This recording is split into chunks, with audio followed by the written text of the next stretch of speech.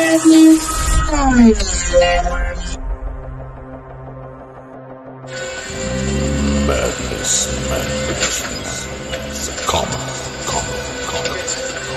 Network.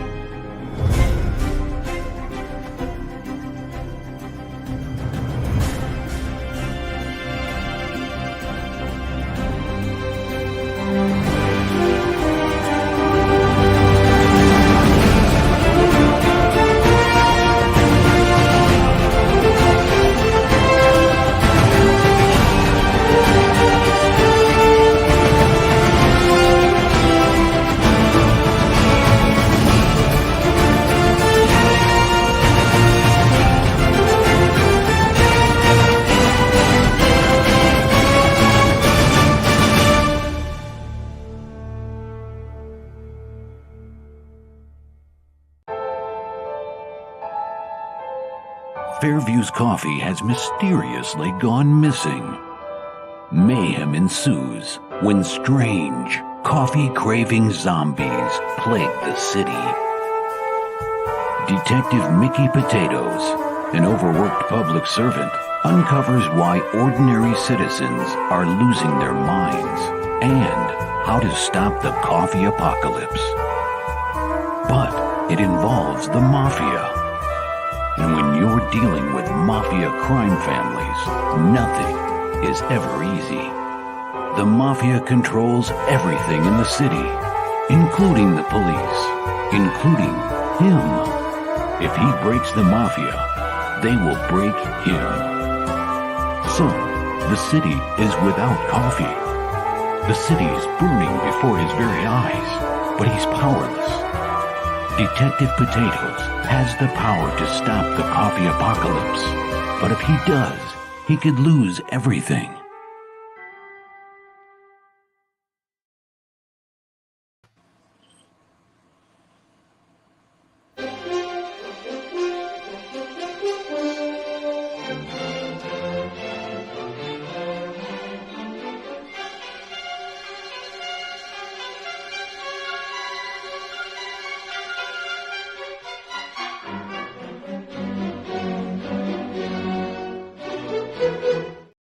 course. Hey, yo, it's me, Pops Van Marmalade, and you're watching the Comics-Related Madness Network. Uh-huh. So come get some. CromCon. CromCon. Hey, how are you, buddy? Not too bad. How are you? Doing all right, man. Doing okay. Still got bit of the pinch nerve in me, you know, but doing all right. It's hey, funny. I felt a little bit of that the other day. I've had this weird shooting, like tingly kind of pain in my one shoulder. Yeah. And I'm like, oh man, I'm like, this sounds like don't let it sit. Don't let right. it sit for a few days, dude. Yeah, it's bad. I've been trying really to dig at it and work that out. I know, but you don't know what it is. The thing is, because you lift really heavy, it could be it could be vertebrae. It doesn't have to be muscle. You know what I mean? Right. You could be out of whack and pinching something. For me, like I think right it might be both. in that trap right there. Yep. So it's been really tight, but yeah. Well, hey, congratulations on the Masters. It's over. You. It's finally over. You did it. The nightmare is over. Yes, it was. On to the next nightmare. Yes, on to the next nightmare. Because there's no break on this planet for anybody. No. It's never a break. No, there is not. No, you put your head down, you went forward, and you fucking did it. So congrats, man. Well, thank you, man. It was one of the harder things I did, and I said, because I'm like, I'm not the first person to get a master's. I'm not even, the first one to do it under some, pretty crazy circumstances, which, many of which are private that you know about, of course, sure. But it was just the having to deal with everything and still juggle, those things and that at the same time. It was just overwhelming, and I was feeling very burnt out. So very happy to have that done. Hey, hi, Rich. Buddy. How you doing? The richness. Yeah, that's me. That's me. You. I'm the artist formerly known as the richness. I have decided to remove my continuous moniker and go into hiding. Yeah. Where I have a different name and stuff. So I am no longer to be referred as the richness. Yeah, that's right. Oh, really? That's not me. That's not you anymore. No. I am now calmer and tamer and more mature and stuff. You still look like you could snap at any second, though, buddy. I gotta say. No, that's not true. No, it's not. No. What do you mean? No. You look, What are you talking about that I snap any minute of the day? You look. How dare you say that? How dare you? You look completely calm and together. I'm sorry. Oh. Yeah, there you go. That's better. All right. Yeah. Hey. Rich, this is my good friend Matt. The co-creator. Hello, Matt. How are you doing, man? Good. How are you, Rich? Sir. I am great. I'm actually just chilling. He's the co-creator. He's the writer of Sector-7. Nicely done. Not met yet. We have not, unfortunately. No. Yeah. It's a pleasure. Pleasure's mine, sir, as well. Even me and you haven't really talked. I mean, on the chat boards and stuff. But I'm always at work, so I can't. Yeah, I know. I can never jump on or nothing. Whatever, likely excuse. I just think he doesn't want to talk to me like most everybody else doesn't. But that's okay. Yeah. I'm used to being ostracized as a man, so it's okay. I don't really care. I get it. Yeah. Yes. Especially. So are you in the UK? I am right now. So yes, I am. What time is it where you are? Midnight. Oh wow. Yeah, I'm working on some robot head concepts that I'm going to draw digitally through Photoshop, and I'm having a lot of fun with it, playing around with some stuff. I've been doing some work of late, but I'm trying to just reacquaintance myself with this because I will be teaching this in a month. So I kind of want to get my sea legs together, if you will. Through exactly what venue? I'm doing like right live, like like in a class or online? Yeah, absolutely in a class. Absolutely wow. in a class. I'm a university lecturer over at Nottingham Trent University. Really? In yes, I am in Nottingham, and it's their sister school, Confetti. That's the name of the school. And wow, I was hired last year as an HE, which is the university level, so it's not lecturer. home ec teacher. Okay.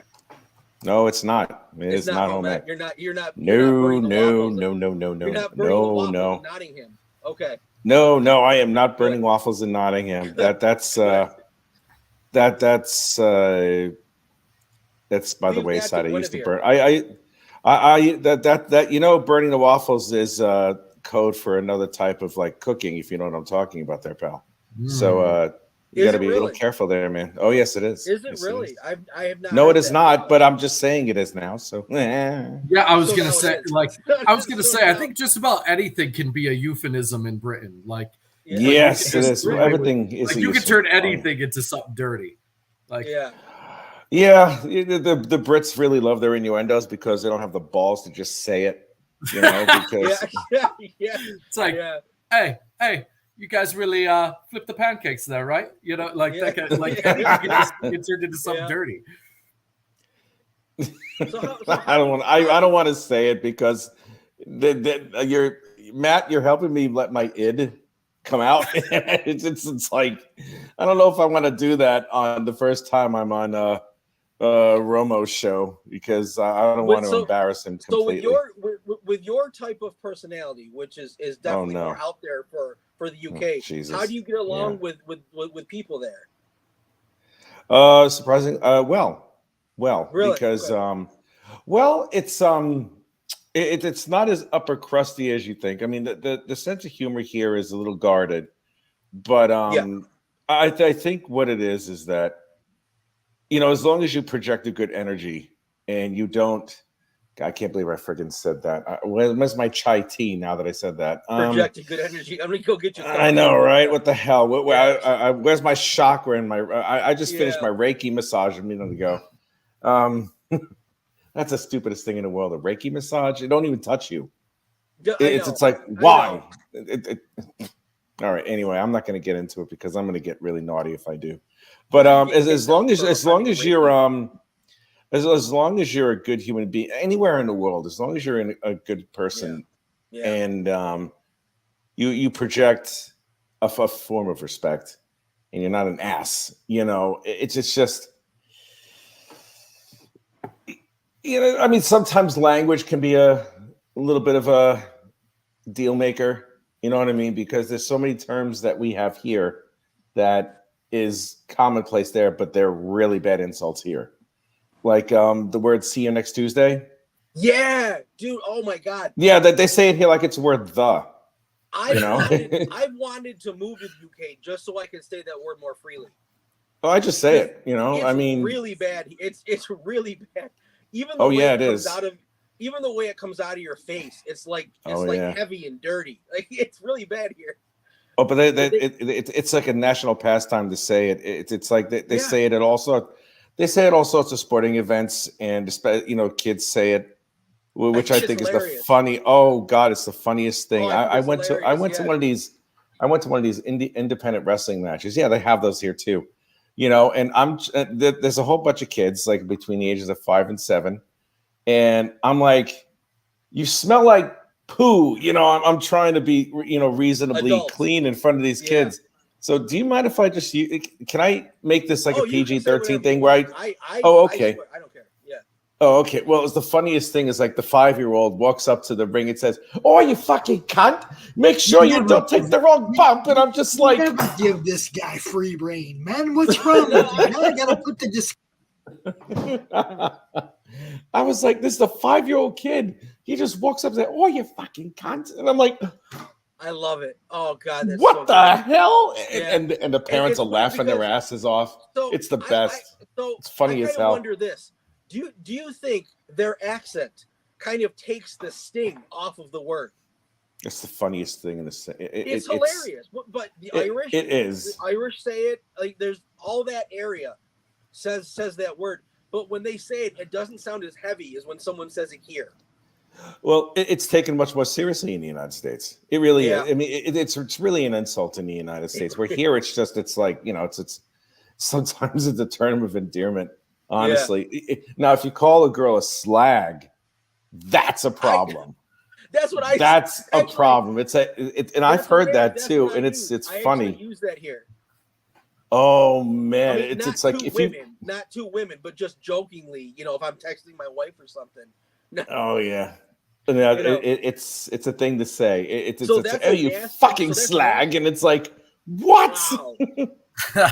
You get smacked if that happens. You will get punched in the face by a chick. That's nasty. If you say, wow. "Oh, it's horrible," yeah, you're not supposed to say it. Okay, what about like this had nothing to do with this show that I had planned. This is great. So I guess what about like over here, just saying like slut isn't that bad. Like women call each other sluts or hey bitch, you know what I mean? Like how is that over there? Slut's really not a word here. It doesn't exist. It does exist, but I rarely hear that. I mean, slag does it. Slag and cunt really, you know, that covers the gamut. That's it. You're good. Really, you don't really need anything else. You know, or you tosser, or you fluffer, or you bell end. You know what a bell end is? You know what bell end is, right? I don't know what it is, but I love the word. No, a bell end is the head of the dick. Oh, wow. It looks like a bell at the top, I guess. I mean, I don't stare at it and examine it, you know, to see about the shapes and all that stuff. So I'm like, all right, well, hey, it does. I never knew. Yeah, they really do love their euphemisms. You're right, Matt. Oh, they do. They love their innuendos. Awesome. They love their innuendos, and the innuendos are corny as hell. Yeah. You know, and it's like they can't seduce anybody. The women can't. Most of the women, they can't seduce anybody to save their fucking life here. It's almost awkward. It really is. Well, one of them, one came up to me and she's like, "Sarah, if you want to get saucy with me," and I'm like, "No, that means I just want to put it on my macaroni. I don't know what the hell you're doing." You know, it's just odd. It's just the way that they say it. It seems creepy. It's like, ugh. You know, I prefer. I mean, I prefer like the type where it's like it's not implied. Where you're not. It's just so different, you know. Yeah. It's weird, you know. So some of the culture things over here are weird. Yeah, you want to come stick your ding dong in my hoo ha? Like it's a little weird. I've heard that. I've actually heard that. Stick your ding dong in my hoo ha. Yeah, it's a little bit weird. Have at it then. Says, "Yep, how you doing, Mike? How are you, buddy? It's been a long time. Mike Wilkinson sounds like a razor blade company. About the project you guys got together, inspired you guys to make Sector-7. Well, yeah, we've actually talked about that numerous times, me and Maddie. But Sector-7 started as Matt's that's Matt's baby. Really, it started with Nagara. The original concept was of Nagara, which is his take on Godzilla. And then together, I met Matt as I was making copies for a different comic that I was drawing, and Matt was working at Office Max. And first day I went over there, spent 3 hours with him like we had known each other forever. And in the 3 hours, we came up with almost everything that we're still using today. Not a whole lot changed, right, Matt? Yeah, no, not a ton has. I mean, we've adjusted added, as we added, but no, not a ton has really changed. Yeah. Just as a heads up, it's your name says we're on Indiegogo though. Oh, I'm sure. I use it. It asked me if I wanted to use YouTube or if I wanted to use Facebook to get on the stream. Sure. I just picked YouTube, and then it filled in whatever the fuck it wanted to fill in. Gotcha. I was chuckling about that a little bit. I'm like, yeah, I can't. Old one. I didn't even notice that because like half my brain is saying "ow" from the pain, and then half my brain is trying to focus on the conversation. So, and you see how fast I fixed it while you were talking.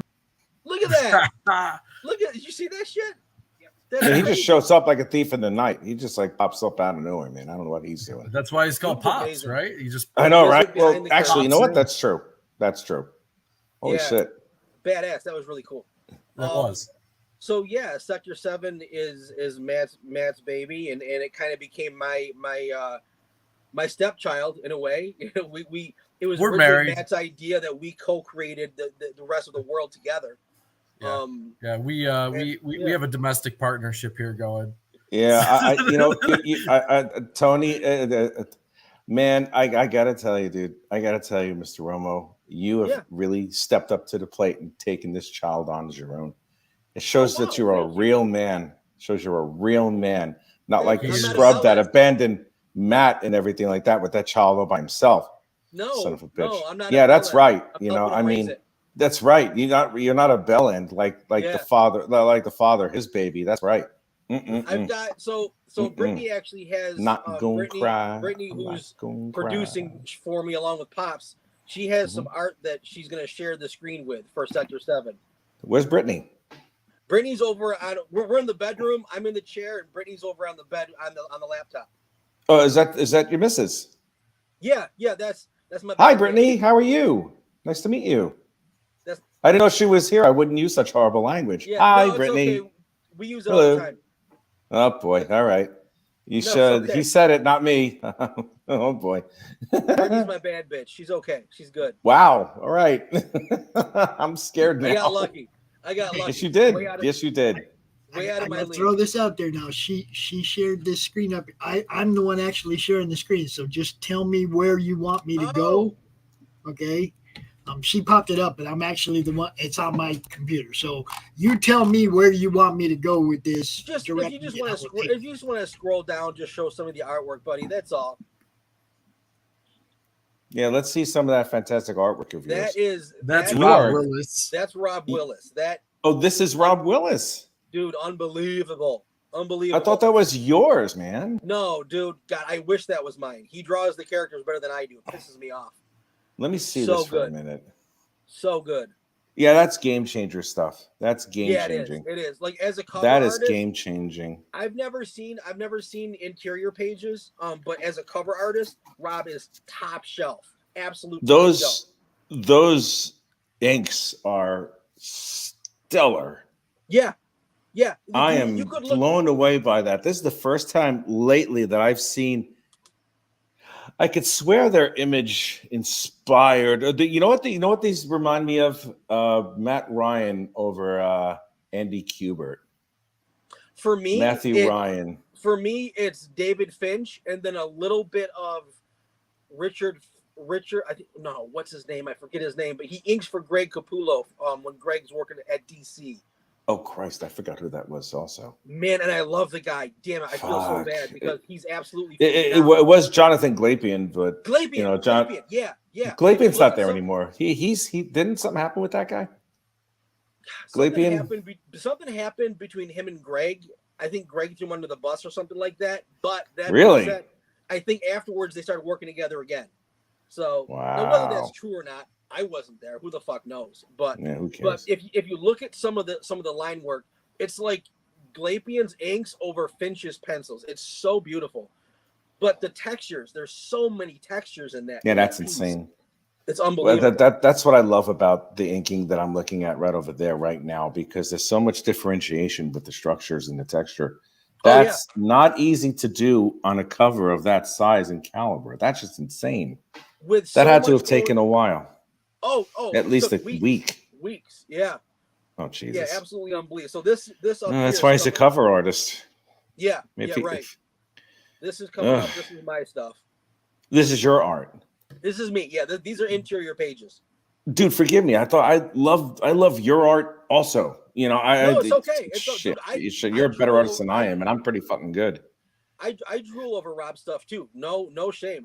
Rob is fucking amazing. I think they're both freaking ridiculous. Like I agree. Amazing. Yeah, you're both game changers in this thing, man, and it makes me really it makes me proud that I see quality of work like this. You have a great cover, and then you have great interiors, that are from separate artists. That's a rare thing. Usually you get like the kick-ass artist for the cover, and then the art and the interior is shit. You know, but this. I'm sorry. That drives me crazy. I can't. Oh yeah, it's a stupid ass cash grab. I can't stand that. I don't think in indie comics there's. I mean, unfortunately, it is what it is. But in indie comics, when you're paying $15 to $20, like to me, it's got to be top notch. Every page has to be absolute top quality. Yeah. I mean, it's no disrespect to anybody who does that, and it's no disrespect to the cover artist or the interior artist in and of itself. It's just that it's like when you have such variations of cover and then you look on the interior, as a fan, I would go, well, wow, man, I was hoping I'd be able to see this. It doesn't even have anything to do with indie, but just indie because of the price point. That's my only thing. That's true too. But it's something that, I mean, dude, all through the 90s, like the late 80s and 90s, I would pick up DC books all the time because of the cover. And I'd open them up and I'm like, oh my God, this is shit. Like I can't. Yeah. And I'm an artist guy first, so. Yeah. George Perez is the guy who would do a lot of the variant covers and everything. And then you see the interior art. It's like Ken something or other Barbie guy, whatever the hell his name is. And it's like no one gives a shit who it is. Different world, completely different world. Oh yeah, absolutely, 100%. It sucked. I don't like that. I don't like it either. I don't. You know, when it's that bad, and you know that it's that bad, but you still put it out there anyway. It's like I actually just saw a tweet, and it was a cover for Wonder Woman, a new cover, and her head, like she was running towards the camera, and her head was so tiny, and the body so big, and it was like, dude, this is a professional cover for Wonder Woman. No, it's not. And you can't get the head right. That's not okay. That's absolutely fucking shameful. It's shameful. It is shameful. It's very shameful. Well, especially you have a lot of draw an arrow around it and then just enlarge it if you need to. I mean, it's not that hard to fix shit anymore. You're right now. Marvel and DC are entrenched in the era of like, let's make sure that when we hire someone that we do it on that level where it's like, you know, it has to be a little bit woke, if you will. Oh yeah, no, absolutely. Boxes? I hate that. You know, as a very progressive liberal person, I hate wokeness more than I can. I hate it. It's the dumbest, stupidest shit. It's taken away the entertainment value of everything. It is let loose the people who have been bullied because of the stuff that they do. Yeah. Take the reign and then have their little vengeance out on and let their little issues out all over the place. Yep. On these books. But it's like, what was that Firestar one where her daughter was Firestar's daughter was this really round child or something like that? Yeah. Who was super special. It turns out the writer of the fucking book looks exactly like her. It looks exactly like her. Yeah, I'm like, what's that supposed to be? It's like lately writing for Marvel and DC is like an exercise in catharsis or self-therapy. You know what I mean? I think they get a buzz. I mean, I know they do because I know what narcissists do. They truly get a buzz off of ruining something that people love. Yeah, because they know that they suck at it and they're going to try and ruin it, you know, because they want to have their own little agenda. And it's just like, look, if you guys suck, you guys suck. You know, just, you know, walk away. You know, it's sad. It's sad what's happened to Marvel. It's sad what's happened to Disney with Star Wars. You know, I mean, it's like they're bringing back what's her face. Ray. Oh God, they're bringing back Ray. You know, and I mean, notwithstanding all that stuff, I see stuff like this. I see your art. Do you have any more sequential pages? Yeah. To display. Let me see it, please. If you could scroll up more. There you go. Oh, come on. Are you kidding me? Really? All right, I quit. I give up. I fucking quit. I do, man. Jesus Christ. You're just out of your mind. You're out of your mind. Thank My you. God. That cover's by me. And it was colored by Matt Yackey, who's really, dude, Matt Yackey was so cool. Yackey? So nice. Yeah. I'm sorry. I didn't mean to make fun of his name. I'm sorry. That's his coloring? That's his coloring, yeah. Where the fuck you find this guy? Matt, yeah. I just asked like 4 or 5 people, hey, who should I get to be a colorist when I was first launching this whole thing with Matt? And they threw out some names, and Matt Yackey was so easy to talk to. He's worked for all the different companies, and he was affordable, even for people like me and Matt. He was affordable. So nicely done. Literally all I did, I sent him the flats.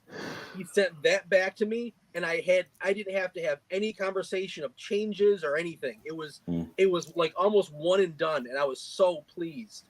Yeah. So looking at the previous color image, it's just it almost looks too easy. I mean, it's like there's nothing overpowering, but every single element is overpowering. That's a pro. You know what I mean? Yeah. It doesn't have to. Can you go back to that last colored piece, please? Because I want to say something else about it, if I may. You see, you notice how all this work over here, it doesn't require any type of crazy special effects. Right. Like it doesn't require an energy signature around any type of amulet, even though there are over there. It's clear and distinct that there's something going on with those little jewels around the crest across the creature's chest in the back. Yes. And how breezy and easy breezy and beautiful, forgive me for being a commercial freak, with the girl in the front and how the tones they're not too dark or too light.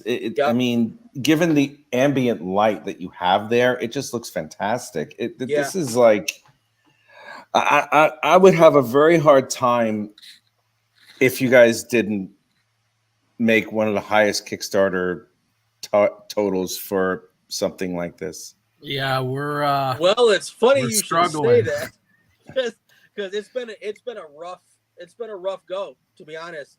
It's been a rough go, and honestly, and here's the thing: it's not the product. The product, everyone loves the product. There's no way it's the fucking product. No. It's. Oh, come on. Me and Matt didn't come in with an audience, so instead of having the YouTube channel for a year or two, we didn't, like, we had the comic first, and I didn't. Yeah. We didn't understand how the indie part of the business worked, and the comic book thing is my thing. The kaiju thing is Matt's thing. So it falls on me. I didn't understand how the indie side of the comics worked, where you don't just give out a product and people see it and they buy it like you're going to a comic shop. Mm-hmm. You need to have an audience with you when you come in, so that when you get the product out, it's an automatic grab. I had no fucking clue. Well, what you can do next time, I mean, I know. Forgive me. When I started my graphic novel, before I did that, I had a YouTube channel in which I built slowly, see if I can get people to subscribe to the work. And I would draw sequential pages on that channel. And that one was the one that channel wound up being one of the channels now. That's the Madness Open Draw stream that's on Sunday night. Yeah. It used to be my show, but now it's like mine and Pop's show, where it's like the Madness Open Draw stream, where everybody else just shows up. But I would draw sequential pages, and I would interact with fans on a constant basis while I'm drawing. You guys got to do that. Yes. Yeah. Show. I don't draw. He knows. Well, you know what I mean. It's he fucking annexed it. I don't want to hear his shit. Anyway, so it's like interacting with fans, that helps tremendously. I mean, you have both you guys. Matt, even though we just met like maybe 20 minutes ago, I'm certain your personality is just as cool as his. So it's like you should put yourselves out there and just be genial. I'm working on building up, like he said. I know my way around comics pretty well. I've been a collector. I'm glad you do. Years, but really my expertise is in the giant monster stuff. So I've started to build that side of things a little bit, and really been trying to appeal to that crowd. So he hopefully the idea is Ron brings in the comic folks and I'll bring in the kaiju folks, and we'll meet in the middle and everyone will get what they want. Hopefully. That's good, because what you have here is an absolute. I mean, come on, look at this ridiculous art.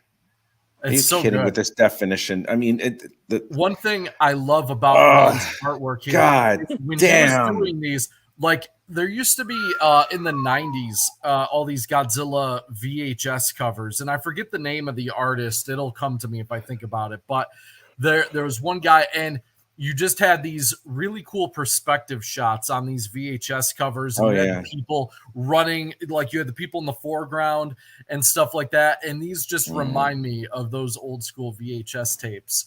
And it's just something I really appreciate about these little, profile of these kaiju. Like that one especially is just, it's perfect. It's exactly what you would have gotten on a VHS cover back then. And I just love it. I do not blame you. I mean, I just look at this art and this is just outrageous. This is just outrageous. These belong. They're movie posters, for goodness sake. Wow. Those are movie posters. Wow. Those are absolute movie posters. Yeah, those are movie posters.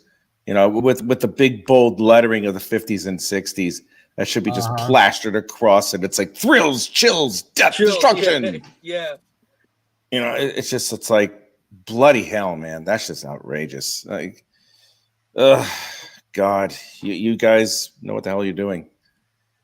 You guys know what the hell you're doing. I really hope you find your footing as soon as possible because you're excellent. We will. You're excellent. You're both excellent. Thank you. I appreciate appreciate it. We're gonna keep at this. We're not going anywhere. Better not. Don't go anywhere, man. We definitely we think we can do this. We know we can do this. And you definitely can do it. You know, just a matter of time. You definitely can. You definitely can. You have the heart and you have the talent. You easily have the talent. And I mean, yeah. I mean, I can't stop looking at how good that is. Thank you, man. Really, it's insane. Yeah. Well, I'm speaking. I speak from the heart. I speak from the heart. I don't. Oh, I do not bullshit. No, I do not bullshit. I know you don't. I do not. If I think someone sucks, I let them know. This concept art, Rich. Look at this. These. Yeah, I know. It's really it's up there. This is video game quality work. Look, guys. This is video game art quality work. This is insane. This is like steampunk and kaiju and all kinds of stuff mashed together, man. You guys got to give this one a chance. You might end up being pleasantly surprised. Obviously, the art's good. We're not going to know about the story till we read it, but come on, man. When you're backing it up with this kind of visual, it's already halfway there. I mean, come on. Now I want to hear a little bit about what does the writer have to say? What does the writer have to say? What would you like to know, Pops? Matt actually has he just got his master's in English literature. Congratulations. Congratulations, Matt. Yeah. I mean about the story. I want the writer's quick synopsis of the story.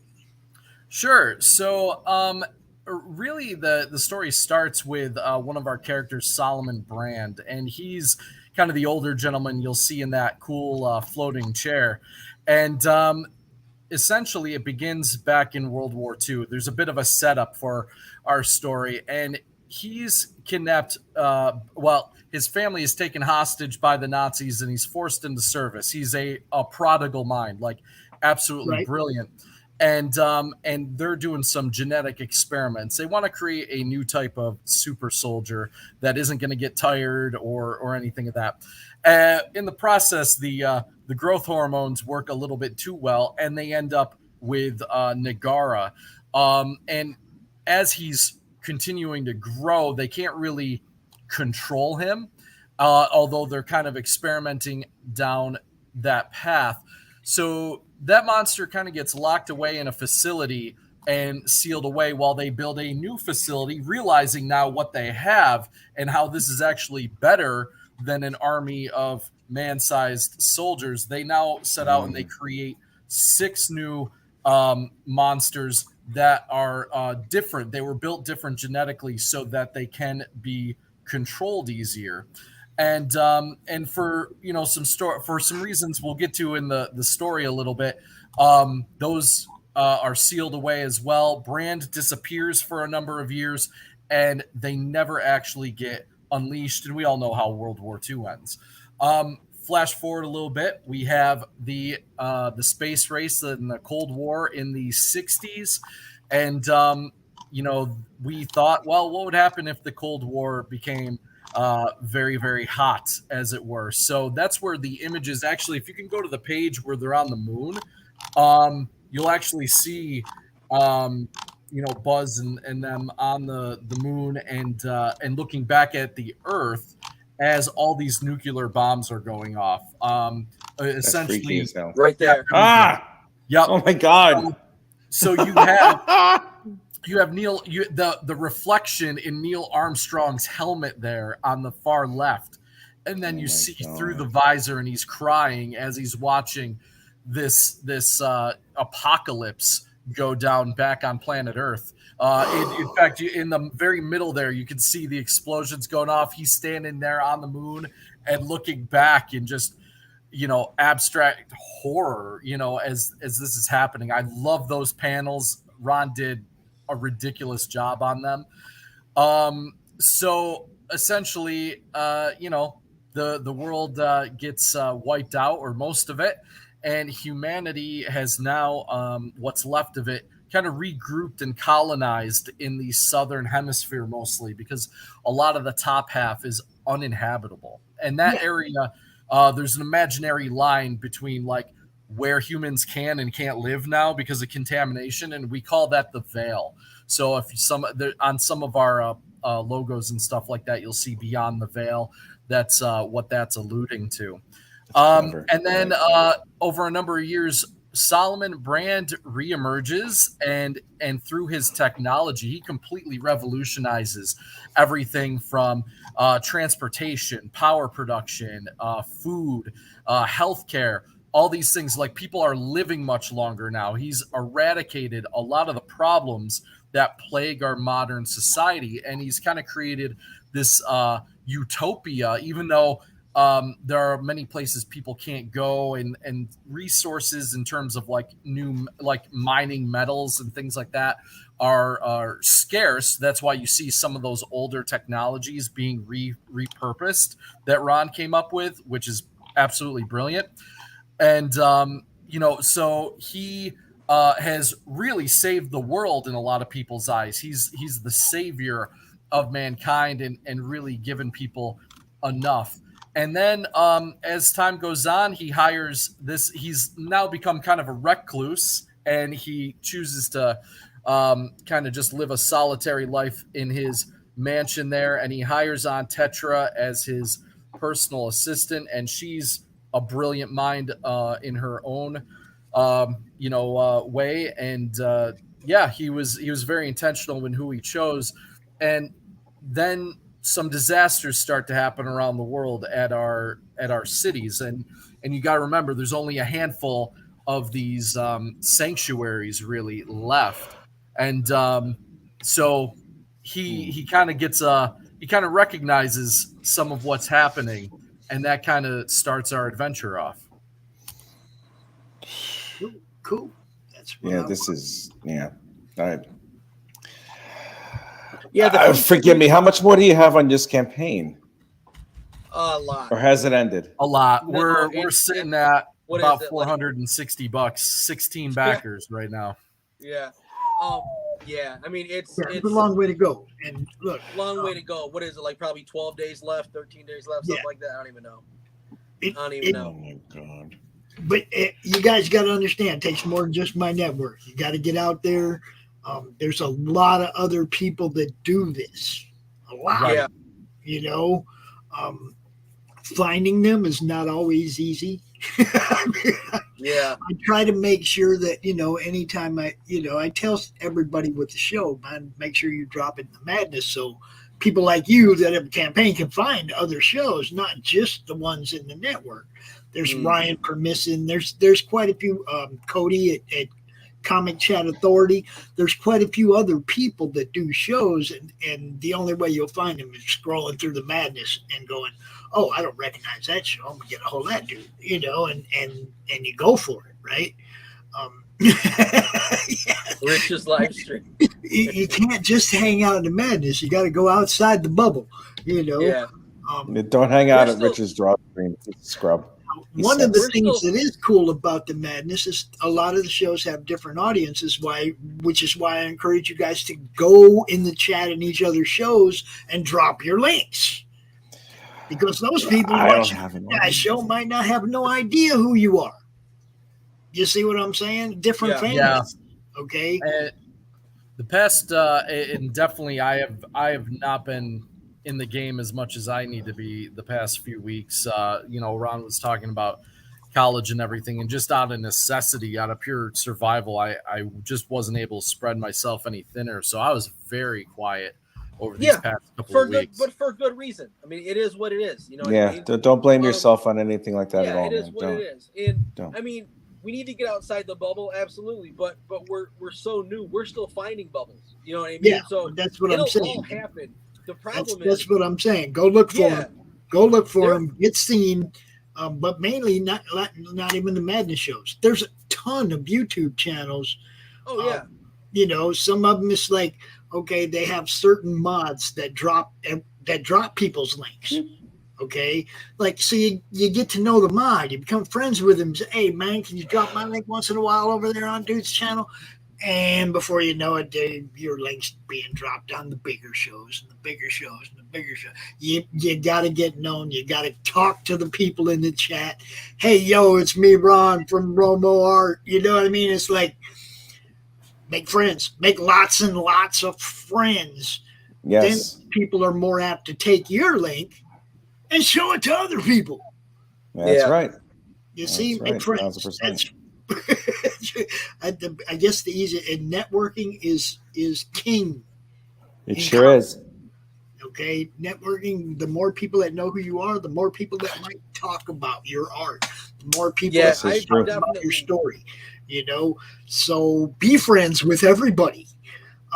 And that I've been talking to both of you, man. Pop in the chats of the shows that you watch, the ones you're interested in, the ones that you know have topics that you like. Those are your people. They like the same shit you do. Go in those chats, get to know those people. Before you know it, they know you. They're looking at what you're doing. It's all, you know, we're all just two lost souls swimming in a fishbowl year after year, right? You gotta keep putting yourself. We're all in this together. You gotta keep putting yourself out there. Yeah, I know. Sorry. I mean, Rich does know. He's the last couple of years, people know a lot more. People know who Rich is now than did 2 years ago. You know, a lot more. They shouldn't know me. I am a horrible man. You're horrible. I am a horrible man. I am the scourge of comics. I am a scourge. I am pestilence in this bitch, honestly. Rich did the right thing, though. He approached me at the time when I was just starting to build this. He was just doing his first book, The Roaring. And it was like, you know, hell yeah, come get to know these people. And now it's like everybody in the network knows Rich. It's, you know, I mean. Yeah. Oh, my God. By the way, my first book was Incantessi. It wasn't The Roaring. Oh, I'm sorry. How did you forget? I'm smoking weed over here. Leave me alone. All right. Cool. There you go. Hey, you know what? It works. Actually, my granddaughter has fan art in Incantessi. That's right. She does. In issue 2, there's fan art of Pops' granddaughter there. Aww. And it's fantastic. No, it's so really nice. Cool. Well, you know, it's like you see, the thing is that I love what I do, and if I want to cultivate it in any way, half the work that you're gonna do, regardless of how much art you put into it, half of it is gonna be promoting yourself.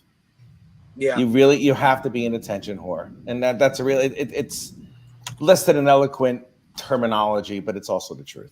It really is. That's the truth. That's the hardest part. That's why I'm glad I got hooked up with Pops, because I was doing videos before this, but it's not my thing. So it was like, okay, if I feel like it tonight, I'll do one, and then I'll post it 3 days from now. And this forces me to show up every Monday and Friday. You know what I mean? So this is really, having a schedule for this shit is really good for me, because it's absolutely not my personality to be out in front of the camera and promoting. That's the most difficult part. At first, I tell you, the first month, it was the most fun, was the promoting, because I was talking to a lot of people, and a lot of people were really nice, like Michael Bancroft, like that was awesome. But then, like, once that initial rise kind of leveled off, I'm like, God damn, this is work. To get one more person to look at you, this is fucking work now. It is. It is work. It's definitely work. But once you see, here's the thing that you have to understand.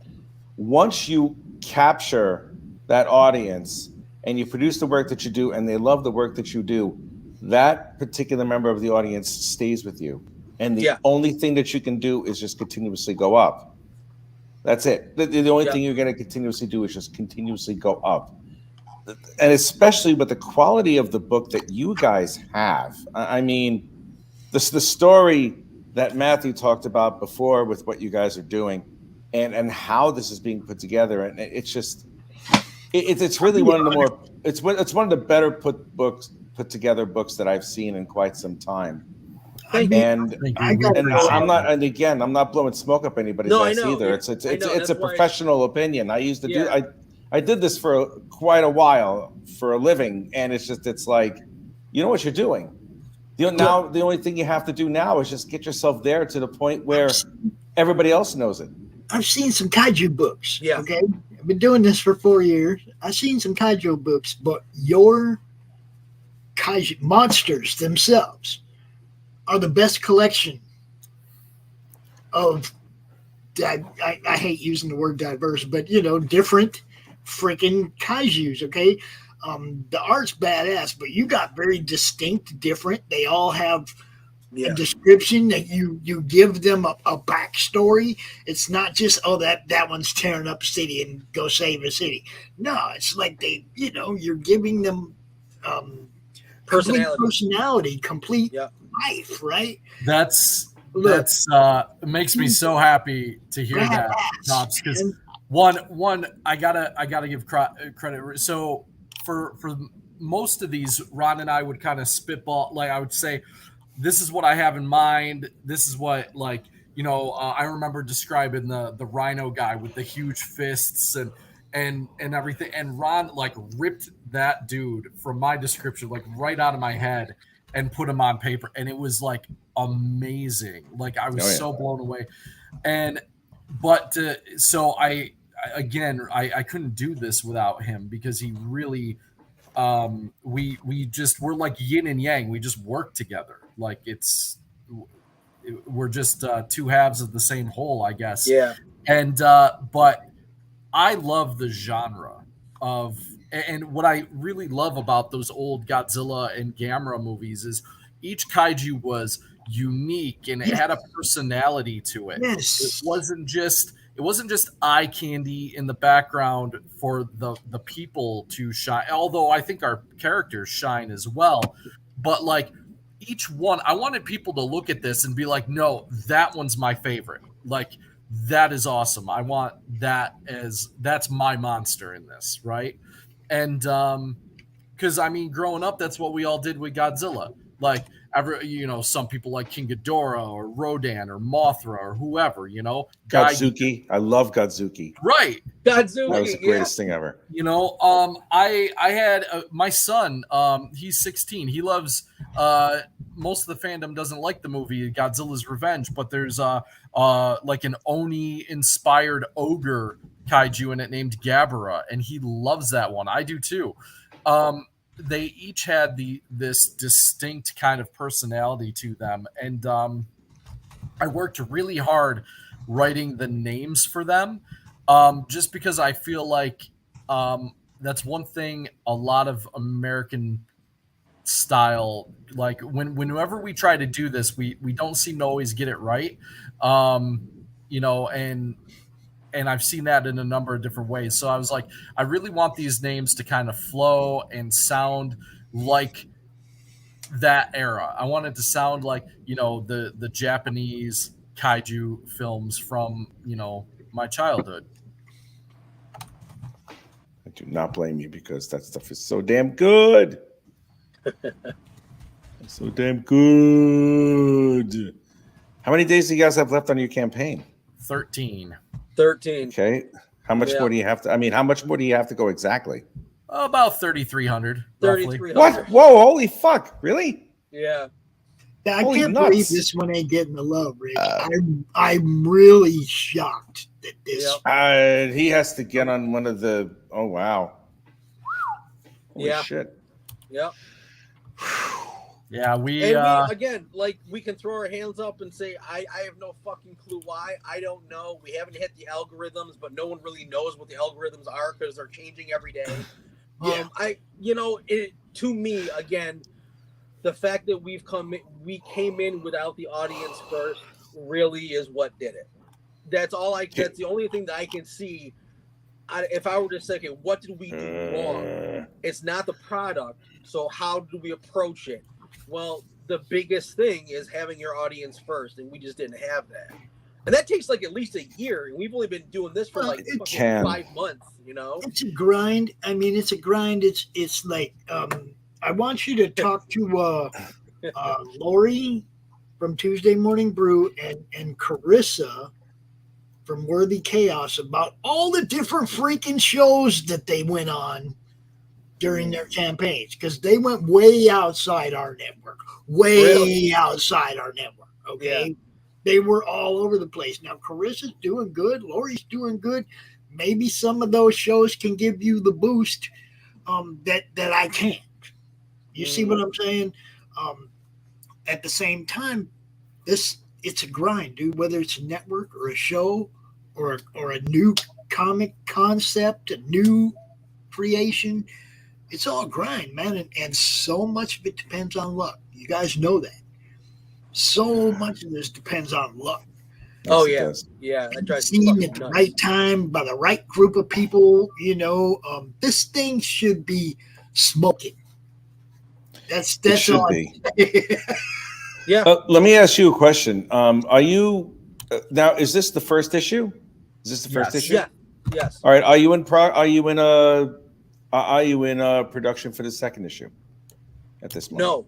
No, not. Okay. No. Is there any possible way that you might be in production for the second issue? Like, where are you guys as far as that's concerned right now?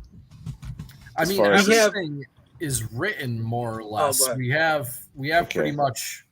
I mean, we're ready to go. It's just basically once we were funded and things were shipped, you know, Ron would actually, I would probably do a lot of the like the actual packaging and stuff like that. I'm sure, but Ron could. I mean, we could start campaigning on issue 2 as soon as we're done. But it's really just a matter of from my perspective, for issue 2, I've got half of issue 1 done. Right, there are some pages that I did years ago because this is an older project that we finally put out. But all I got to do is just like a redraw for me is 1 day. I'm actually pretty fast because I work on a tablet and it makes everything quicker. So I can actually do 2 or 3 pages in a week. Okay, you have to do those pages live. Whenever you appear on any other podcast, you need to do those pages live. I don't know how to do that though on a tablet. That's my problem. Oh, we got. Do you have any type of camera on your cell phone or your smartphone with a clip that you could just have it over your shoulder? Over your shoulder. That's all you got to do. Will it show up on will 2 screens will my screen show up okay on the other screen? As long as your cell phone is attached to the computer that you're using in order to transmit. You see, if you have a laptop or a desktop, if you take a USB and plop it into the computer and take the USB-C receptacle and put it into the phone, when you access StreamYard and you go into where is it? If you go into settings if you go into settings, there's going to be a window that pops up, and the first window is going to be camera. When you see underneath the window where it shows your image, where it says camera, the one that I have right now says integrated webcam. But whenever I go live, I have the Okio Cam stand that I use to project the art, to record the art that I'm drawing.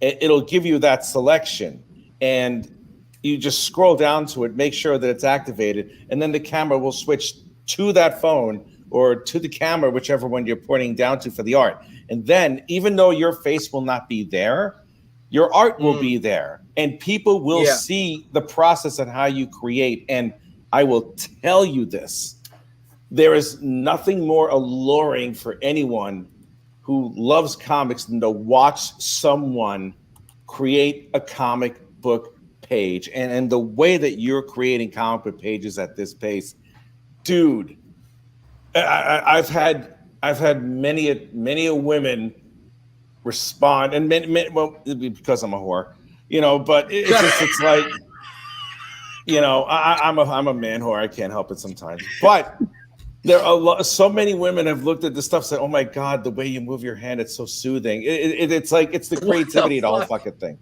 I know, dude. I got it. I mean, come on, I'm gorgeous. I'm strong. Stuff like that. You really do have it all. I'm gonna start drawing tomorrow. What am I doing? Writing. I have less than nothing. I have less than air. I have less atoms and less cohesion. I have less atomic cohesion than the space between interstellar distances. I am that vacuous, truly. Rich came I really am. One day on the internet. Oh my God! And let somebody shave his head bald, and he's been famous ever since. Guys, don't let him bullshit you. Wow. He actually did. He was like, "Man, if I can get to this, I'll shave my head." And it was like, you said there was like, he was like $600 short or something of his goal with like a few hours left, and he's like, "Yeah, if I get there, I'll shave my head." I went out and told everybody. Yep. Nice. And I said I wound up shaving my head because we reached that goal. Fucking insane. If we reach our goal, I'll wear a wig. You gotta wear a sexy wig. You gotta wear a sexy wig. It has to be sexy. It needs to be beautiful, like you are.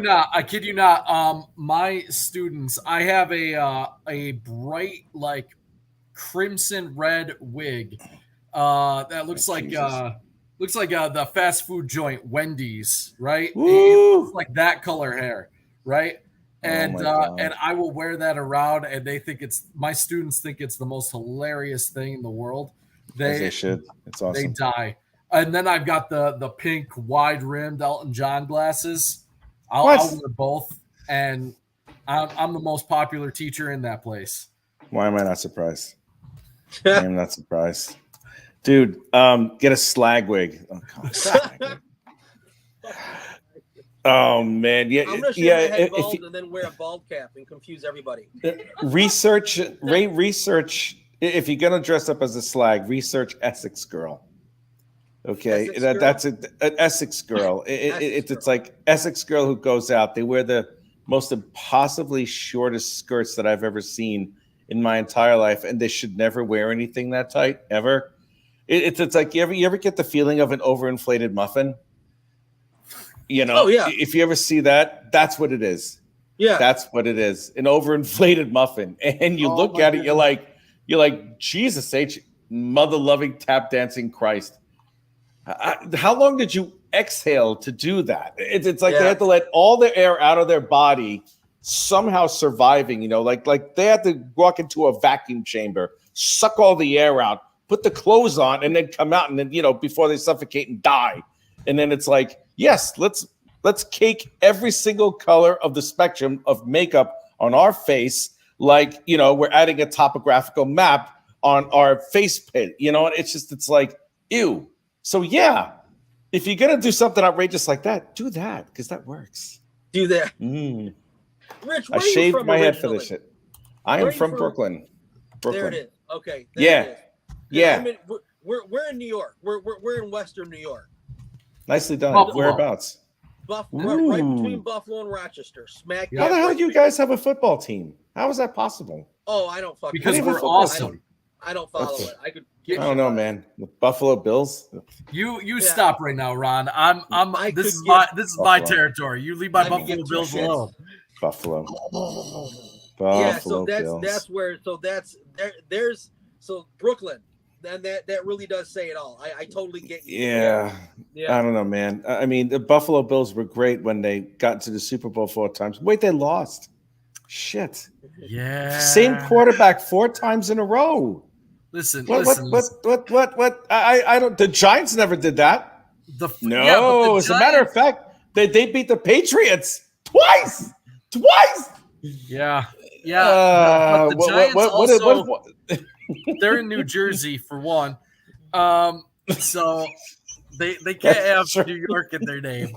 And then 2, we beat the Giants, but Norwood. When? What century was that? But Norwood choked. He said, "Oh, that's Norwood." Wide right. Laces out. What's wrong with you? Laces were in. Laces were in.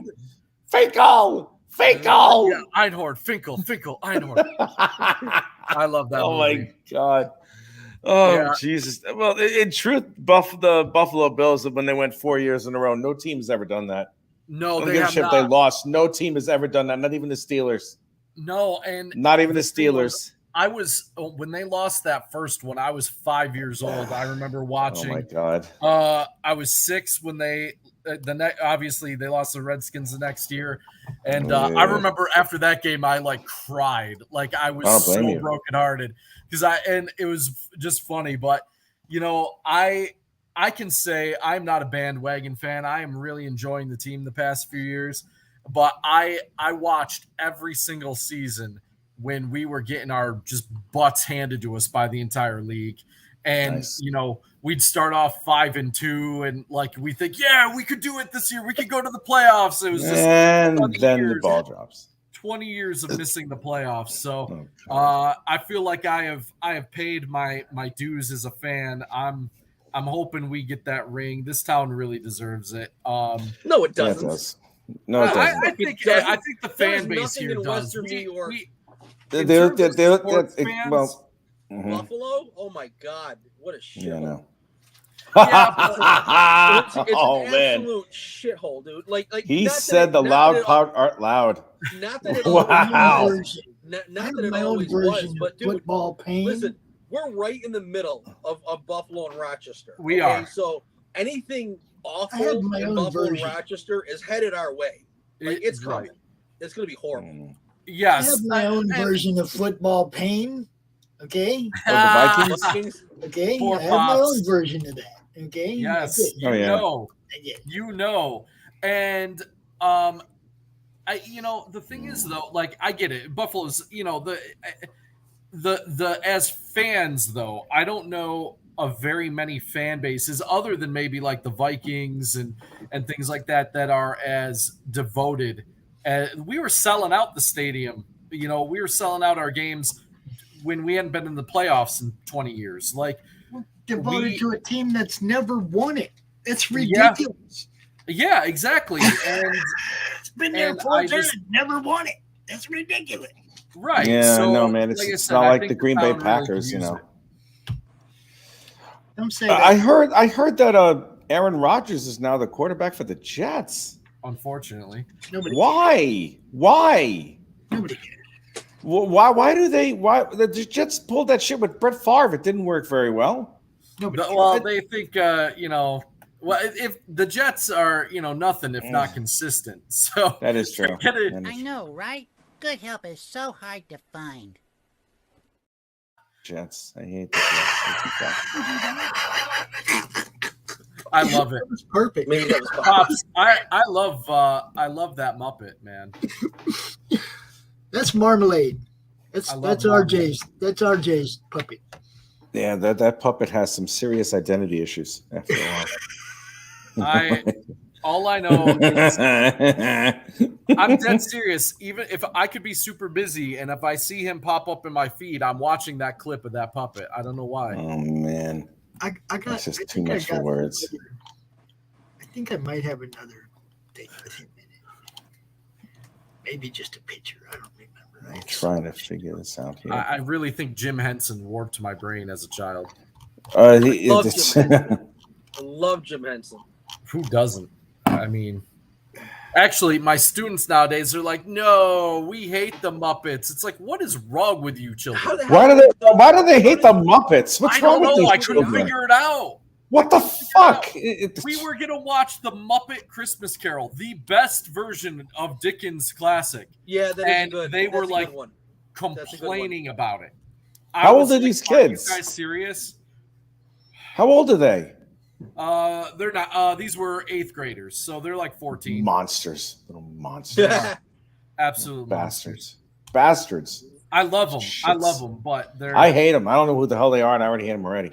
Yeah, how do you not like Jim Henson? What's wrong with you? I'm really surprised child. that they know who the Muppets are. That's really surprising to me. Well, they're probably dumb. That could be it. I'm gonna play this clip for them next time they complain about the Muppets. Yeah, that's right. They should play the clip of Rich berating them. Oh yeah, man. It's like I am now an enemy of this. I am the enemy of the people. How dare you not like that Jim Henson Muppet movie? What's wrong with you? You have no soul, child. Right. My God, what happened to you? Oh, Scrooge. TikTok, that's what happened. Scrooge. Yeah, TikTok did it. The TikTok Scrooge monster. That's what happened. There. God damn it. Oh wait, how does that work? Okay, yeah, that's working okay. What are you looking for, Rich? Not that I'm Are you working. I'm doing some stuff while I'm talking to you, and it turns out that I should have picked a little bit of a darker gray for base color, which I'm gonna apply now. There you are. There's dang kids with your interwebs. There's a little Rich action for you. There's some there's some titties. Oh, boy. That was alarming. Wow. There's Matt missed it. No. Matt, did you see it? Did you see? No, did you see the? I'm seeing it. I am seeing it. Yeah, no, I didn't see that. That's me. That's me. No, I'm seeing that. I'll never. That's me. I'll never not see that again now.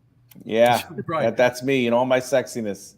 That's it. Me. That's me. Flags. I am the sexiest man in comics. England. I mean, look at this England. hair. Congrats. Look at that hair. You win. Look at that. I have a dead hamster on my chest. It's dead. Yeah. It's dead. I skinned it and I went, oh, thank you. Now I feel like I have testosterone. You took all the hair that you shaved off your head, you just glued it to your chest. You're right. Oh my God. Yeah. Oh God, I am a hideous man. I swear. I would watch that picture of the puppet for a solid 10 minutes. I mean, just I would too. I would too. It's fucking classic. He's just kicking it. That's the whole puppet, though. Yeah, I know. RJ's nice. RJ's a terrorist. I gotta end the broadcast here because I've actually got work to do for Nano 13. So. Yep. You have another show coming up in about 20 minutes. Call. Okay. I'm gonna be hopping on, and I'm gonna be doing a Let's Play here shortly, probably another hour or so. It won't be a long one. I'm actually the other night I couldn't figure out how to beat the damn game, so I'm just gonna do a part 2 to it. I'm like, what? How do you pin this freaking monster? So I'm gonna do a fun one over on our channel. If anyone is that gonna be on the Sector-7 channel? They'll be on, it'll be on Sector-7 on YouTube, Twitter, and Facebook. Cool, awesome. All right, guys. Can I go peel those and play them in the middle of the night on the Madness Network? Hell yeah, you can. Yeah, do whatever you want, Pops. Take whatever you want. All right, cool. Thank you for allowing me on your show, man. I hope I have the honor of coming on again. Really good seeing you again. Matthew, it was great meeting you, and congratulations. Great meeting you, Rich. I hope we get to do it again soon.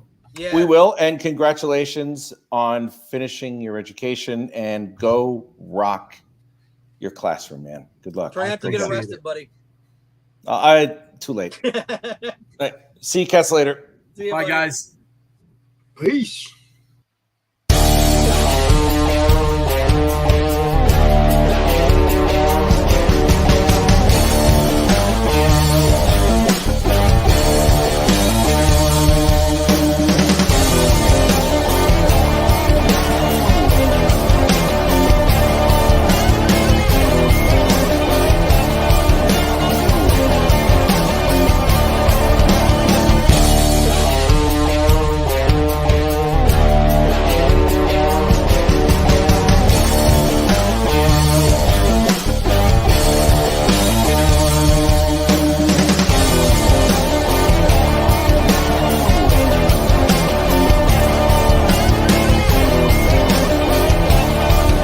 Madness Entertainment Group presents the Madness Comic Network with original programming and additional comic-related content.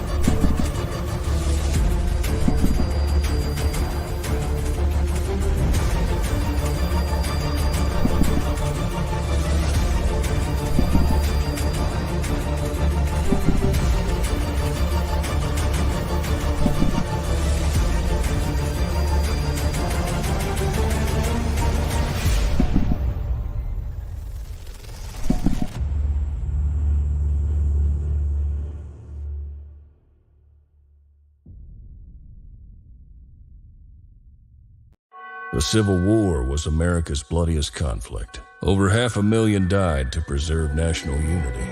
When the war ended, Confederates like Harley Brogdon headed west, shooting game for the Army and gambling.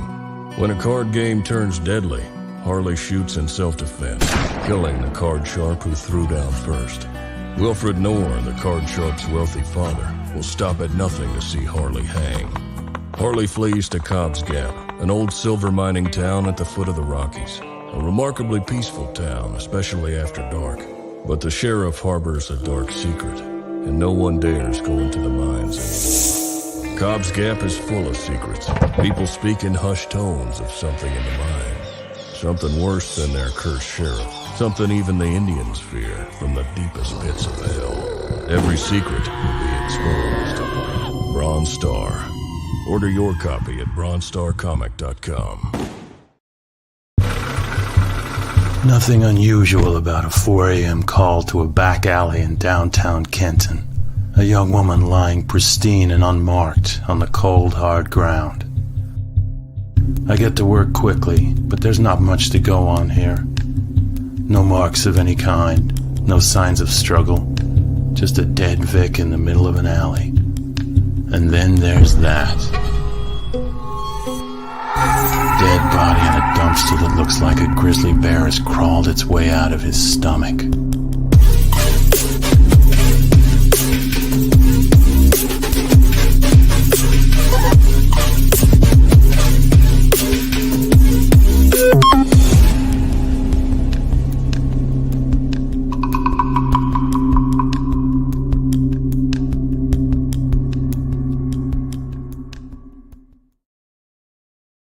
Comic Books for Kids provides comic books to kids in hospitals and cancer centers across the U.S. It's a place where we can all work together to make sure every child has a comic book. 100% of all proceeds go towards the kids. It's about making a difference, and while they're in the hospital, allowing them to fly like a superhero, battle dragons, or rescue teddy bears. We are in every state in the country and now support over 160 hospitals. Every month, we add more. Visit cb4k.org.